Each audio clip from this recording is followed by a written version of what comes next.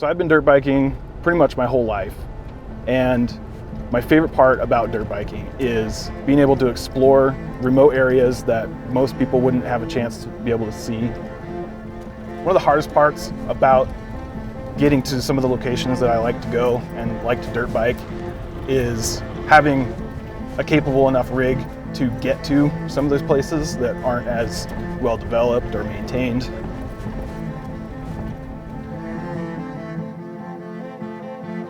I built a rack for my dirt bike, carry it around on the truck, and it creates a lot of weight in the bed, especially when I'm, full loaded with gear on the way out. It creates a lot of sag in the back of the truck, having that much weight. So I've installed some SuperSprings that really take a lot of that sag out and a lot of the impact that I would have on my suspension. You look cool? Sweet.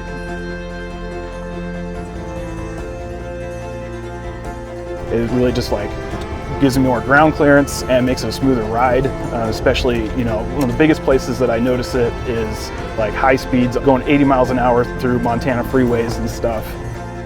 And, it's not very well maintained roads.